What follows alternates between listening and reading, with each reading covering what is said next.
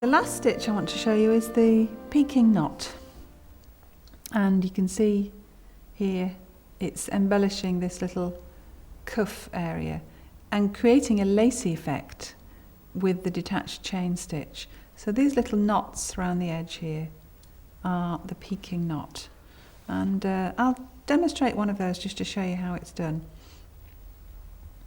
You come up from the back of the fabric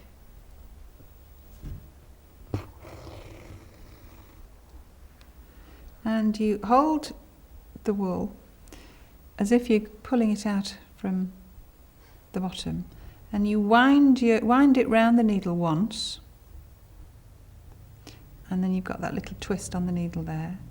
Keep this hand quite taut as you take it down and put your needle in, and then you've got the knot. Keep your left hand, your lead thread taut, and you push your needle in. Don't let go of that until the last minute, and there's your little knot. Okay. I'll do one in a space over here so that you can just see one on its own. So you come up from the back, you wind the thread around your needle once, take your needle down to the base again.